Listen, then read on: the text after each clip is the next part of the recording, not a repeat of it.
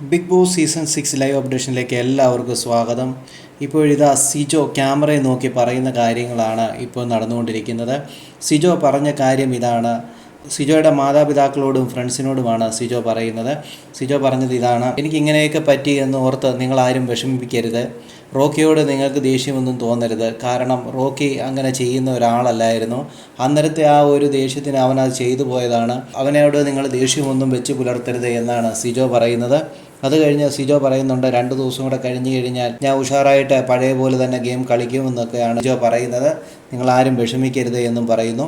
റോക്കിയെ ആരോ എരികേറ്റി കൊടുത്തിട്ടാണ് അവൻ അങ്ങനെ ചെയ്തിരിക്കുന്നത്. അല്ലാതെ എനിക്ക് അവനോട് യാതൊരുവിധ ദേഷ്യവുമില്ല. അവനിവിടെ ടോപ്പ് 5-ൽ എന്നോടൊപ്പം ടോപ്പ് 5-ൽ അവനും കാണുമെന്ന് പ്രതീക്ഷിച്ചുകൊണ്ടിരുന്നതാണ് ഞാൻ.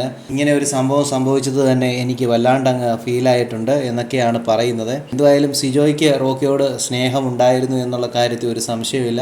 റോക്കിക്കും തിരിച്ചു തന്നെ ഉണ്ടായിരുന്നു. പക്ഷേ അതുകൊണ്ടാണ് സ്നേഹിച്ചവർ ചതിച്ചു എന്ന് പറയുന്നത് റോക്കിക്ക് ഒരിക്കലും ഉൾക്കൊള്ളാനായിട്ട് കഴിഞ്ഞില്ല.